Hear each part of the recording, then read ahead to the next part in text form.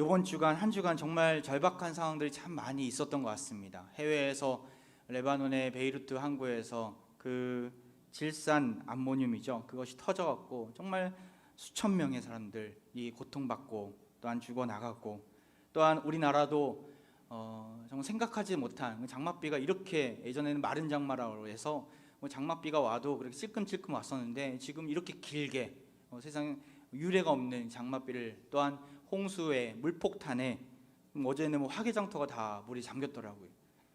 전라도인지 경사도인지 온 지금 나라가 물난리로 정말 쉽지가 않은 상황에 있습니다. 또 고양시는 또 코로나의 위기로 인하여서 정말 많은 백성들이 지금 두려워 떨고 있습니다. 우리 개인의 삶은 어떻습니까?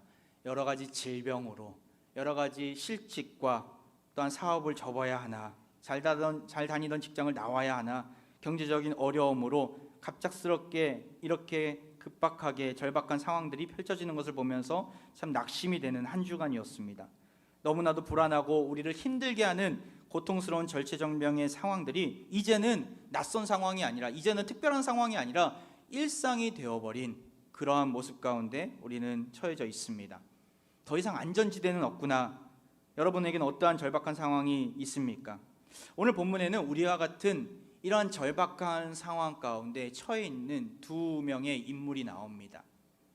한 명은 그 지역 회당의 지도자인 야이로라는 사람이고, 또 한 명은 혈루병을 12년 동안이나 앓았던 한 여인이었죠.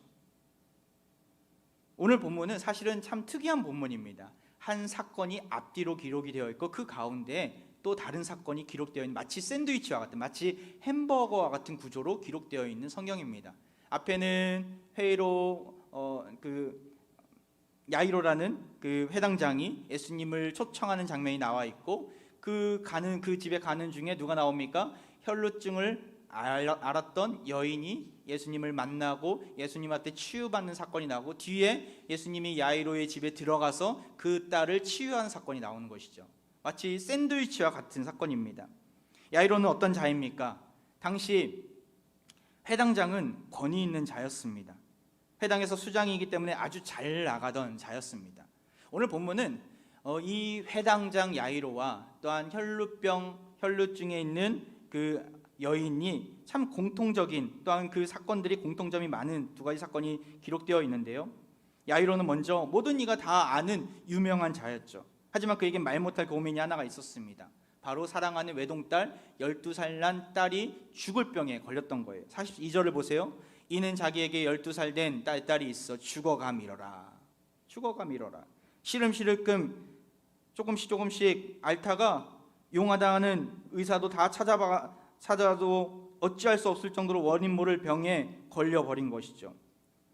죽을 병이었습니다. 이러다가는 며칠 뒤면은 이 세상을 떠나겠구나 생각할 정도로 아주 급박한 상황이었습니다. 당시에는 조언이 있었어요. 바로 일찍 결혼하는 그런 문화가 있었습니다. 일찍 또 죽기 때문에, 또 여러 가지 질병에 많이 노출되어 있기 때문에 일찍 결혼했어요. 그래서 빨리 자녀를 또 낳기도 했습니다. 12살이면 이미 결혼 정년기에 들어갔습니다. 이제 다 키워서 이제 신랑을 맞이해서 결혼을 해야 될 그 타이밍 속에서 갑작스럽게 찾아온 이 병만은 그녀와 그 아이와 그리고 야이로와 그 어머니에게 큰 근심이 되었겠죠. 중간에 껴있는 이 여인은 또한 어떤 여인입니까? 43절을 보세요. 이에 12회를 혈루증으로 앓는 중에 아무에게도 고침을 받지 못하던 여자가 12년 동안 혈루증을 앓았던 이 여인. 혈루증이 무엇입니까? 바로 하혈을 한다는, 계속 지속해서 하혈을 한다는 거예요. 율법에 의하면 이것은 율법이 정한 매우 부정한 병이기도 했습니다. 레위기 15장 25절에 이런 말씀이 있어요. 만일 여인의 피의 유출이 그의 불결기가 아닌데도 여러 날이 간다든지, 그의 유출이 그의 불결기를 지나도 계속되면 그 부정을 유출하는 모든 날 동안은 그 불결한 때와 같이 부정한 자로 낙인 찍혀버리면 어떻게 됩니까? 그 유대 사회에서 살 수가 없어요. 가족들도 만나지 못하고, 이웃들도 만나지 못하고, 친구들과 함께 밥을 먹거나 교제하지 못하고, 심지어는 종교 생활도 하지 못하였어요. 그렇기 때문에 그녀는 이 병을 해결하기 위해서 온갖 수단과 방법을 가리지 않고 그 방법을 찾으러 다녔겠죠. 마가복음에 보면 그녀가 어떻게 행동했는가가 나와요. 마가복음 5장 26절 같이 한번 읽어볼까요? 시작. 많은 의사에게 많은 괴로움을 받았고 가진 것도 다 합의하였을 때 아무 효험이 없고 도리어 더 중하였던 차례. 차례. 많은 괴로움을 받았겠죠. 모함도 받고 여러 가지 오해도 받고 또한 많은 의사로부터 정죄도 받고 또 가진 것도 다 가산도 탕진하면서 하지만 아무런 효험이 아무런 치료도 얻지 못하고 오히려 병이 더 중하는 가운데 있는 것이죠. 어찌해야 될 바를 몰라 막막했던 여인이었고, 이런 절박한 심정 가운데 괴로움 가운데 있는 두 사람, 이 야이로와 또한 혈루증 앓는 이름 모를 여인이 오늘 본문에 등장합니다. 전 여러분과 함께 오늘 이런 절박한 상황 속에서 우리가 어떠한 믿음을 가져야 될 것인가, 하나님을 섬기고 하나님을 의지한다고 하면서도 우리는 믿습니다 믿음을 강조하면서도 실제로는 그 믿음의 실체가 무엇인지, 사실 믿음은 예수님이 어떠한 분이신가를 아는 데서부터 나옵니다. 내가 예수님을 의지하고 예수님을 믿습니다 하는데 예수님이 어떠한 분인지 모른다면 믿는 것이 아니에요. 여러분과 함께 예수님이 어떠한 분이신가, 절박한 상황 속에서 우리가 소유해야 될 믿음, 그 믿음은 예수님이 어떠한 분이신가에 대한 지혜로부터 나오는데 예수님이 어떠한 분이신가에 대해서 여러분과 함께 나누고자 합니다. 먼저는 절박한 상황 속에서 우리가 소유해야 될 믿음, 첫 번째는 예수님은 엎드린 자에게 누구에게나 차별 없이 구원의 은혜를 베풀어 주시는 분이라는 거예요. 이것을 우리는 믿어야 돼요. 야이로와 혈루증 앓는 여인이 주님을 만났을 때 한 행동들이 있어요. 41절을 보세요. 같이 한번 읽어보겠습니다. 시작. 이에 회당장인 야이로라 하는 사람이 와서 예수의 발 아래 엎드려 자기 집에 오시기를 간구하니. 예수님 발 아래 어떻게 해요? 엎드려. 죽음의 문턱에서 헤매고 있는 딸을 보면서 한숨 쉬고 있을 때 한 줄기의 빛과 같은 소망의 소식을 듣게 됩니다. 병자들을 치유하신다는 예수님이 그 마을에 오신다는 소식이었죠. 한시가 급해서 예수님을 만나러 갔어요. 만나자마자 야이로가 회당장이 했던 행동이 뭐예요? 예수의 발 아래 엎드렸다는 거예요. 그는 유명한 자였어요. 유력한 자였어요. 그 도시에서 회당장이기 때문에 그 모든 사람들이 다 유대교이기 때문에, 유대인들이기 때문에 그를 모르는 사람이 없을 정도로 유력한 사람이었어요. 그런데 사람들이 쳐다보든 안 보든 문제가 되지 않았어요. 그에게는 오로지 12살 외동딸의 치유밖에는 다른 관심사가 없었던 것이죠. 그래서 예수님을 만나자마자 많은 서기관들과 많은 바리새인들이 예수님을 정죄하고 저 사람은 신성모독한다라고 정죄하는 그 타이밍 속에서 율법을 가르치고 또한 회당을 운영하고 회당을 온 사람들을 지도하는 이 사람이 하는 일은 뭐예요? 예수님의 발 아래 엎드렸다는 거예요. 간구했다는 거예요. 납작 엎드려 예수님께 나아갔던 것이죠. 예수님은 그의 절박함의 모습, 그의 믿음을 이 모습 가운데서 보시면서 그의 집을 향해서 발걸음을 돌리시게 됩니다. 여인은 또 어떻습니까? 여인은 누구와도 만나주지 않았어요. 여인은 누구와도 만날 수가 없었어요. 외로움의 가운데 지쳐있고 혈루증 앓는 여인은 너무나 좌절 가운데 있는 그 상황 속에서 병이 오히려 더 중하던 차에 누구에 대한 소식을 듣게 돼요? 예수님에 대한 소식을 듣게 돼요.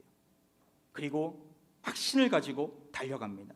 근데 수많은 무리가 예수님 주위에 둘러싸여 있는 거예요. 사람들이 자신을 알아볼까 봐 마스크도 했겠죠. 얼굴도 가렸겠죠. 따가운 그 광야의 모래바람을 피하기 위한 마스크가 있었어요. 근데 그것을 얼굴을 가렸겠죠. 몸에도 냄새가 났을 거예요. 향수도 뿌리고 그 무리 틈 사이로 들어갔겠죠.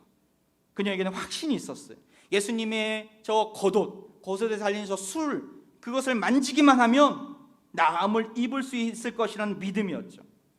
거기에 수많은 백성들이 있었지만 사실 믿음을 가진 사람은 이 여인뿐이었어요. 수많은 백성들은 어떠한 마음으로 나갔겠어요? 호기심으로. 그냥 한번 유명한 사람이라는데 한번 만나볼까? 궁금증으로 왔겠죠. 하지만 그렇게 궁금증으로 그냥 호기심으로 왔던 사람들에게는 역사가 일어나지 않아요. 절박한 심정으로 주님밖에 없습니다. 주님 한 분밖에 없습니다. 나의 문제를 해결할 분은 오직 주님뿐입니다. 이 마음으로 나아간 자에게 역사가 임한 줄 믿습니다. 예수님은 몰래 뒤로 와서 예수님의 옷가에 손을 대는 그 여인을 보게 돼요. 그리고 예수님은 그녀를 앞으로 나오게 하죠. 그럴 때 47절에 이렇게 나옵니다. 여자가 스스로 숨기지 못할 줄 알고 떨며 나와 엎드려 그 손댄 이유와 곧 나은 것을 모든 사람 앞에서 말하니 그녀는 숨지 않고 예수님 앞에 나와 엎드리게 됩니다. 엎드리게.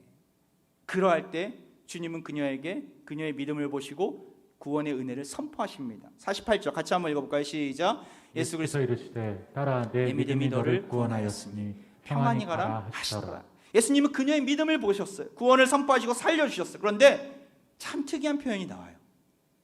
사람아, 이 사람아, 아니면 여인아 하지 않았어요. 뭐라고 하세요? 따라.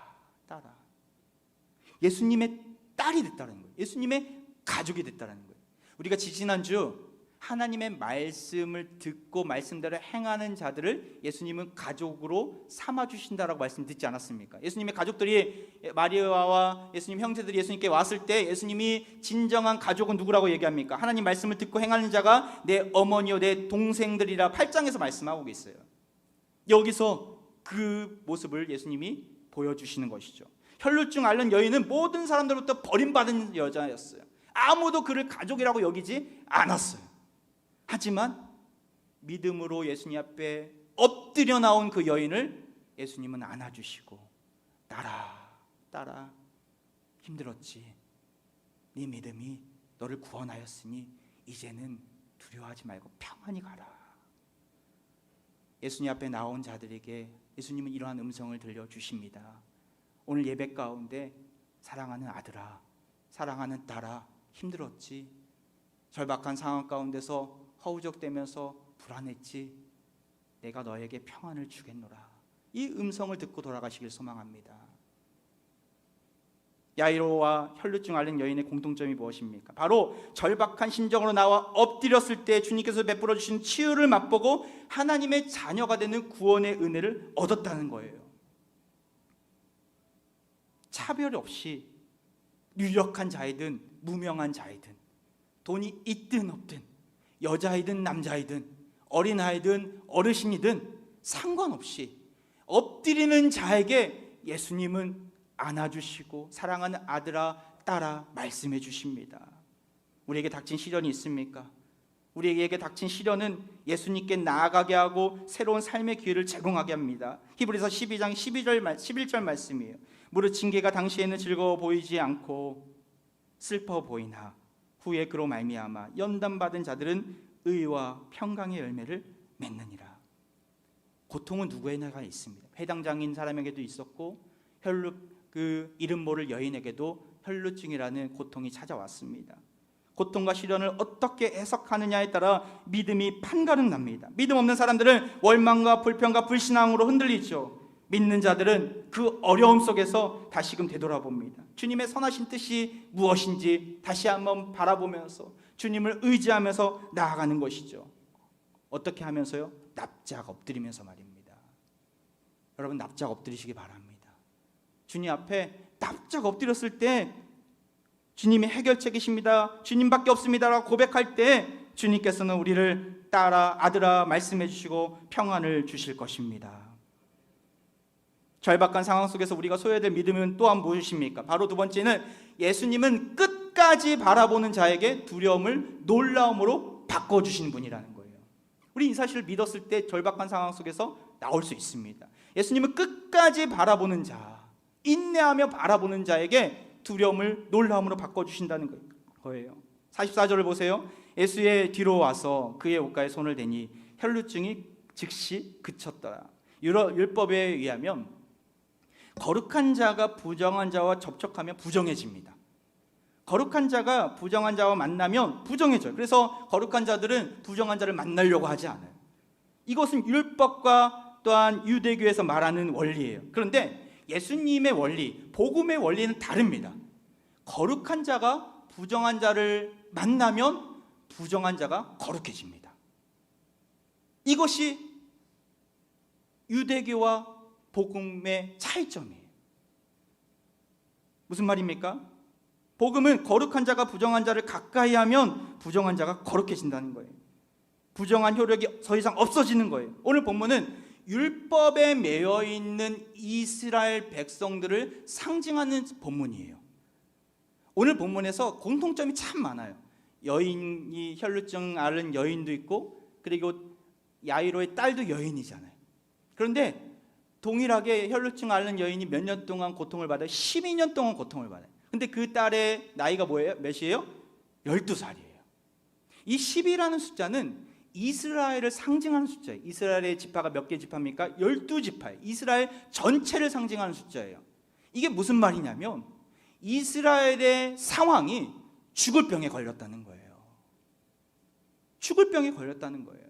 혈루증으로 부정한 자가 됐다라는 거예요. 예수님을 만나지 않으면, 예수님의 복음이 들어가지 않으면 그들은 살 수가 없다는 거예요. 그래서 예수님이 찾아와 주신다는 것이죠. 진정한 가족, 예수님의 가족이 믿음으로 나온 자들에게 베풀어 주시는 놀라운 정체성인 것이죠. 이스라엘의 현실이 그러했습니다. 그들에게는 메시아 예수 그리스도가 필요했습니다. 이 중병을, 이 죽음을 해결해 주실 수 있는 분은 유일한 예수 그리스도임을 예수님은 말씀하시는 것입니다. 그래서 이 믿음을 가지고 끝까지 사람들로부터 정죄받고 온갖 욕을 듣고 생명의 위협까지 받을 수 있는 상황이었지만 그 여인은 예수님 필사적으로 만나려고 노력했어요. 끝까지 인내하면서 나아갔어요. 12년 동안 고달픈 인생길에 쇠사슬을, 그 죄악의 고통의 쇠사슬을 끊고자 예수님께 나아온 것이죠. 고통의 멍에 벗으려고 예수께로 나갑니다. 자유와 기쁨 베푸시는 주께로 갑니다. 병든 내 몸이 튼튼하고 빈궁한 삶이 부해지며 죄악을 벗어버리려고 예수께로 갑니다. 할렐루야. 우리는 예수님 앞에 고통의 멍에를 벗으려고 나가는 거예요. 우리의 죄악과 우리의 병든 몸, 우리의 연약한 모습들, 빈궁한 삶, 죄악 모습들, 자유와 기쁨을 베푸시는 주님께로 나아가시길 바랍니다. 이 여인은 필사적으로 주님을 만나려고 했어요. 47절에 보면 그 손댄 이유와 곧 나은 것을 모든 사람 앞에 절할 때 그녀의 마음이 있어서 뭐예요? 숨기지 못할 줄 알고 떨며 나와 떨었다는 거예요. 뭐예요? 두려웠다라는 거예요. 사람들로부터 들킬까봐, 또한 사람들로부터 정죄받을까봐, 또한 예수님도 두려웠던 것이죠. 그때 담대하게 나아갈 때 주님은 그녀를 치유하시고 구원의 은혜와 평안을 얻고 그녀는 돌아가게 됩니다. 야이로는 어떠합니까? 여인의 등장으로 야이로는 조급했어요. 내 딸이 지금 죽어가고 있는데 이 여인이 지금 가로막고 있구나. 어떻게 하지? 빨리 가야 되는데 지금 한치 앞도 한 시간도 급한데 너무나 마음이 힘들었을 것 같아요. 그런데 그때 자기 수하에 있던 사람이 엎친 데 덮친 격으로 급히 달려와서 비보를 전하는 거예요. 49절을 보세요. 아직 말씀하실 때 회당장의 집에서 사람이 와서 말하되 당신의 딸이 죽었나이다. 당신의 딸이 죽었나이다. 최악의 상황으로 치닫고 있는 모습이죠. 청청병력과 같은 비보였어요. 그토록 애지중지했던 외동딸이 그만 숨을 거두었다는 소식이었죠. 그는 방금 코앞에서 놀라운 기적을 보았어요. 혈루증 앓았던 여인이 12년 동안 고통의 멍에를 벗어버리는 놀라운 기적을 보았어요. 그런데 마음 또 한켠에는 현실을 받아들이기 어려운 또 다른 마음, 두려운 마음이 찾아왔죠. 하나뿐인 외동딸이 저 세상으로 갔다는 소식이 너무나 가슴 찢어질 듯이 아프고 현실이 믿겨지지 않았어요. 절박한 상황이 우리 가운데 예상치 못하게 찾아오면 우리에게 뭐가 찾아오는지 아세요? 두려움이 찾아옵니다. 두려움.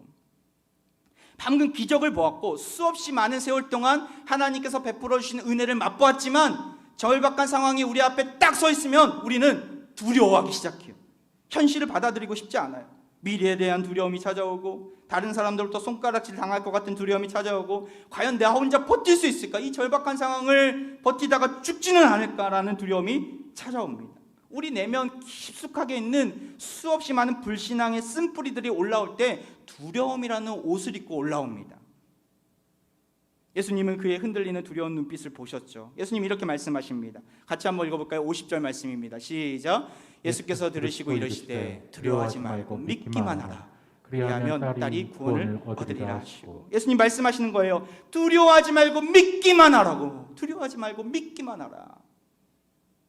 예수님은 그의 두려움의 눈빛을 보시고 두려운 마음을 아셨던 것이죠. 현실이 두려우십니까? 절박한 현실이 두려우십니까? 가보지 않은 미래가 두려우십니까? 두려움을 이길 수 있는 비결은 믿음을 갖는 거예요. 믿음을. 사람들은 두려움이라는 골리앗을 이겨내려고 다양한 대비책을 만들어 놓습니다. 노후라는 두려움, 직장이라는 두려움, 지금 하는 일이 실패하지 않을까 하는 두려움, 결혼 생활에 대한 두려움, 자녀 교육에 대한 두려움, 코로나에 대한 두려움, 질병에 대한 두려움, 수많은 두려움을 극복하고자 많은 돈을 써가면서 수많은 정보들을 얻어가면서 사람들을 만나면서 여러 가지 그 두려움에 대한 대비책을 마련해요. 보험도 더 들기도 하고, 땅을 사기도 하고, 수많은 인간관계를 넓히기도 하고, 다양한 방법들을 구하고 있습니다. 여러분들은 두려움을 대비하려고 어떠한 준비를 하고 계십니까? 가장 확실한 준비는 믿음을 소유하는 것입니다. 믿음을 소유하는 거예요. 끝까지 믿는 자에게 주님은 놀라운 일들을 행하신다는 거예요. 혈루증 앓는 여인도 그랬지만 야이로도 이런 믿음을 가졌을 때 놀라운 일을 경험하게 돼요. 믿지 않았다면 예수님을 초청하지 않아요. 근데 예수님을 초청했잖아요. 근데 아이가 중간에 죽었다는 소식을 들었어요. 그렇다면 믿음이 없는 자라면 어떻게 해요? 그 자리에서 주저앉았겠죠. 예수님 이제 다 틀렸어요. 다 틀렸어요. 그냥 돌아갔어요. 그 여인 때문에, 저 여인 때문에 이렇게 된 거예요. 내가 그때 빨리 재촉했어야 되는데. 포기와 원망과 자책의 그림자가 그에게 몰려드는 것이죠. 하지만 예수님이 믿기만 하라라는 음성을 듣고 그는 그 두려움의 자리에서 일어나게 됩니다. 그리고 예수님을 끝까지 붙잡고 예수님을 집으로 인도하게 돼요. 이미 장례식을 준비하는 상황이었지만 흔들리지 않아요. 사람들은 비웃고 사람들은 그를 향해서 손가락질하지만 흔들리지 않아요. 예수님 말씀에 순종하면서 예수님이 무슨 일을 행하실 거야, 그 믿음을 가지고 그 죽은 아이의 방까지 들어가게 되죠. 결국엔 어떻게 됩니까? 거기서 아이를 살리시는 주님을 만나게 되고, 그 모습을 본 그 부모님은 어떻게 반응합니까? 56절이에요. 그 부모가 놀라는지라. 두려움이 바뀌어서 뭐로 바뀌었어요? 놀라움으로 바뀌었어요. 여러분, 우리에게도 이런 은혜가 있기를 원합니다. 포기하지 아니하고 끝까지 주님을 붙잡는 자에게 주시는 놀라운 축복은 어떠한 축복이에요? 죽음을 생명으로 바꿔주시는, 좌절을, 두려움을 놀라운 경험으로, 간증으로 바꿔주시는 하나님의 은혜인 것이죠. 마태복음 24장 13절에 이렇게 말씀 나옵니다. 그러나 끝까지 견디는 자는 구원을 얻으리라. 할렐루야. 끝까지 견디시기 바랍니다. 지금은 끝까지 견디는 수밖에 없어요. 상황을 보지 마십시오. 환경을 보지 마세요. 상황과 환경을 보면 암울한 현실일 뿐입니다. 이 세상에 온전한 것은 아무것도 없습니다. 정말 제대로 된 것은 아무것도 없어요. 점점 악화가 되어가고 우리 마음 가운데 그런 모습을 볼 때 두려움이 생기게 됩니다. 상황보다, 환경보다, 우리 계획보다 더 크신 하나님을 바라보십시오. 히브리서 12장 2절 말씀, 저는 이 말씀을 성경 통독할 때 제가 담당해서 읽으면서 눈물이 났어요. 눈물이. 우리 같이 한번 고백할까요? 시작. 믿음의 주요 또 온전하게 하시는 이인 예수를 바라보자. 그는 그 앞에 있는 기쁨을 위하여 십자가를 참으사 부끄러움을 개의치 아니하시더니 하나님 보좌 우편에 앉으셨니라. 우리가 예수를 바라보는데 예수님이 어떠한 일을 행하셨어요? 십자가를 참으셨잖아요. 부끄러움을 개의치 않으셨어요. 우리 삶 가운데 절박한 상황으로 인하여서 고통을 참기가 두려우십니까? 여러 가지 부끄러워질 만한 상황들이 노출되어 있습니까? 예수님을 바라보십시오. 예수님이 우리 앞서서 걸어가셨습니다. 결국에는 승리를 이루시고 부활하셔서 하나님의 우편에 앉아 계셨습니다. 십자가에서 승리를 선포하신 예수님을 바라보시길 바랍니다. 제가 위임식 때 누가 저에게 액자를 주셨어요. 혹시 이 자리에 있으면 저한테 알려주세요. 누가 주었는지 모르겠어요. 그런데 저는 그 문구가 너무나 저에게 큰 울림이 되었어요. 그래서 제가 거울 앞에, 목양실에 있는 거울 앞에 뒀는데 뭐라고 써 있냐면, 목사님이 예수님을 바라보면 성도들도 예수님을 바라봅니다. 아, 그렇구나. 상황을 바라보고 환경을 바라보고 누구를 사람을 의지하는 것이 아니라 예수님을 바라봤을 때 성도들도 예수님을 바라보겠구나. 내가 암울한 환경을 바라보고 또한 여러 가지 상황들을 바라보면서 있다면 성도들도 거기에서 바라보면서 그것을 바라보면서 불신앙 가운데 있겠지만 내가 주님께서 세우신 지도자가 예수님을 바라보며 성도들도 모두가 예수님을 바라볼 수 있구나. 저는 이것을 거울을 볼 때마다 느끼게 됩니다. 여러 삶의 어려움들이 있습니까? 여러 종류의 홍수가 우리를 덮칠지라도 예수님을, 기둥과 같은 예수님을 꼭 붙잡는다면 우리는 버틸 수 있습니다. 두려움이 변하여 놀라움으로 채워주시는 그 은혜를 경험하시길 소망합니다. 마지막으로 절박한 상황 속에서 우리가 소유해야 될 믿음이 무엇입니까? 세 번째로 예수님은 말씀을 신뢰하는 자에게 불가능을 가능케 하신다는 거예요. 오늘 본문 안에는 불신앙에 있는 사람들이 나옵니다. 52절 53절이죠. 같이 한번 읽어볼까요? 천천히 시작. 모든 사람이 아이를 위하여 울며 통곡하며 예수께서 이르시되 울지 말라. 죽은 것이 아니라 잔다니. 53절 그들이 그 죽은 것을 아는 거로 비웃더라. 당시 그 초상이 나면 곡하는 사람들 초대해서, 우리나라도 옛날에 돈 주고 아이고 아이고 외치는 사람들을 장례식 분위기를 만들려고 초대했잖아요. 이스라엘도 마찬가지죠. 그들이 야이로의 가족이었는지 친구들이었는지 장례식을 준비하러 온 조문객들이었는지 나와 있지는 않습니다. 그런데 그들은 믿음이 없는 자들이었어요. 예수님이 야이로의 딸의 방에 들어가기에 앞서서 그 앞에 곡하는 자들에게 이 딸은 죽은 것이 아니라 자고 있다. 그러니까 울지 말라, 울지 말라. 슬픔이 변하여 기쁨이 된 것을 미리 선포하셨는데 그들은 믿었어요? 아니에요. 믿지 않았어요. 도리어 웃었더라, 비웃었더라. 조롱하고 조소하고 비아냥거렸다는 것이죠. 말이 되냐? 자기가 예수면 예수지 어떻게 죽은 아이가 일어날 수 있어? 서로 중얼거리면서 서로를 쳐다보면서 웃어댑니다. 어찌 보면 상식적인 반응입니다. 예수님 앞에서 결코 우리는 가져서는 안 된 반응이기도 합니다. 하나님의 말씀에 대한 신뢰가 없는 반응이기 때문에 그러죠. 여전히 해당장 야이로는 예수님을 신뢰했죠. 그리고 그와 함께 예수님은 방으로 들어갑니다. 예수님은 누워있는 아이의 손을 잡고 잠을 자고 있는 아이를 향해서 큰 음성으로 말씀하십니다. 달리다금 아이야 일어나라. 달리다금 아이야 일어나라.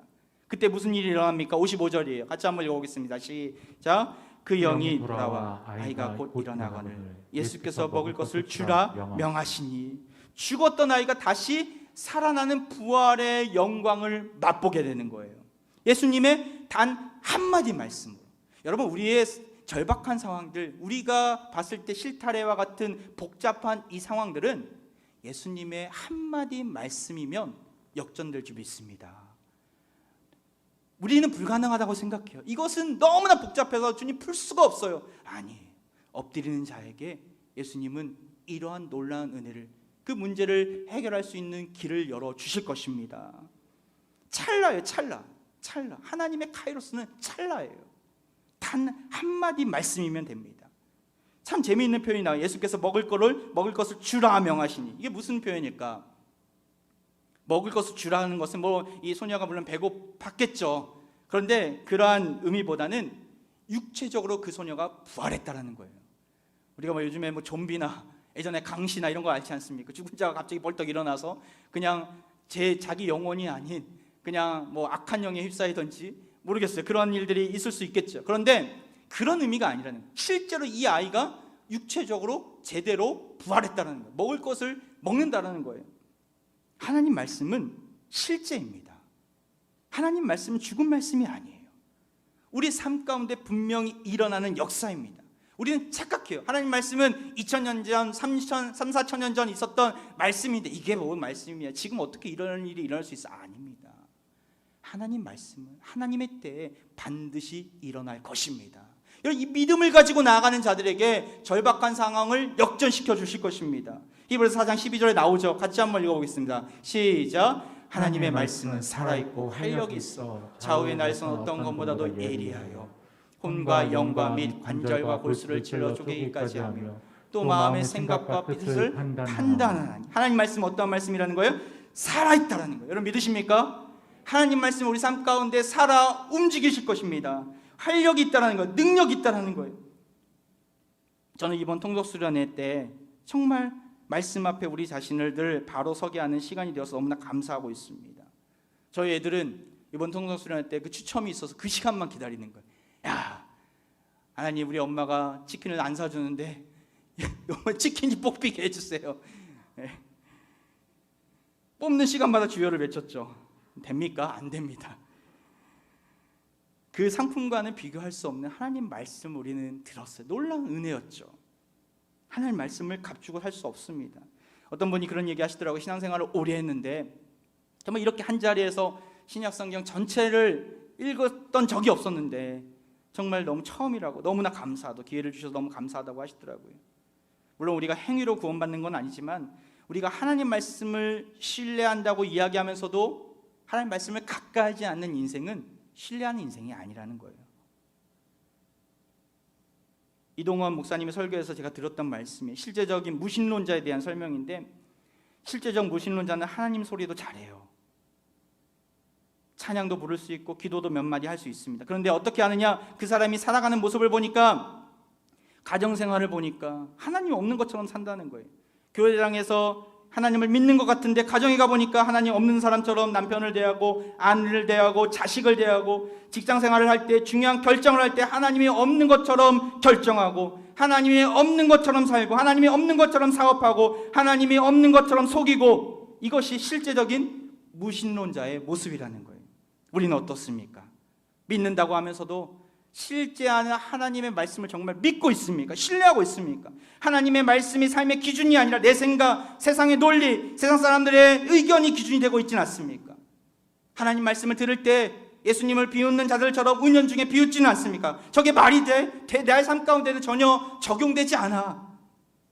예수님이 우리 삶 가운데 개입할 수 있음을 의심하지는 않습니까? 만약 그러하다면 실제적인 무신론자의 범주 안에 들어가 있는 자이죠. 우리는 어떠한 자가 되어야 합니까? 실제적 유신론자가 되어야 합니다. 하나님 말씀에 귀를 기울이고 하나님의 행하신 일들을 기대하면서 살아가야 합니다. 그럴 때 말씀은 우리 삶 가운데 실제가 되고 불가능한 일이 가능케 될 것입니다. 야이로의 딸의 사건은 예수님의 부활 사건을 의미합니다. 그것을 예표하는 사건이에요.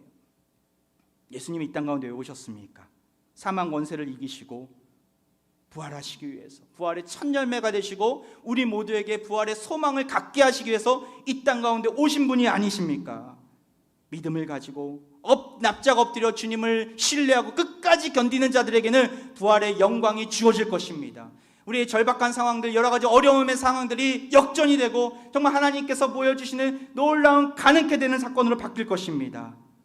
지금도 절박한 상황 가운데 머물러 허우적대는 우리에게 주님은 이렇게 말씀하십니다. 울지 말라 딸아, 울지 마라 아들아, 두려워하지 말라, 믿기만 하라. 이 따스한 주의 음성을 듣고 참된 안식을 누리시는 저와 여러분이 되기를 주의 이름으로 축원드립니다.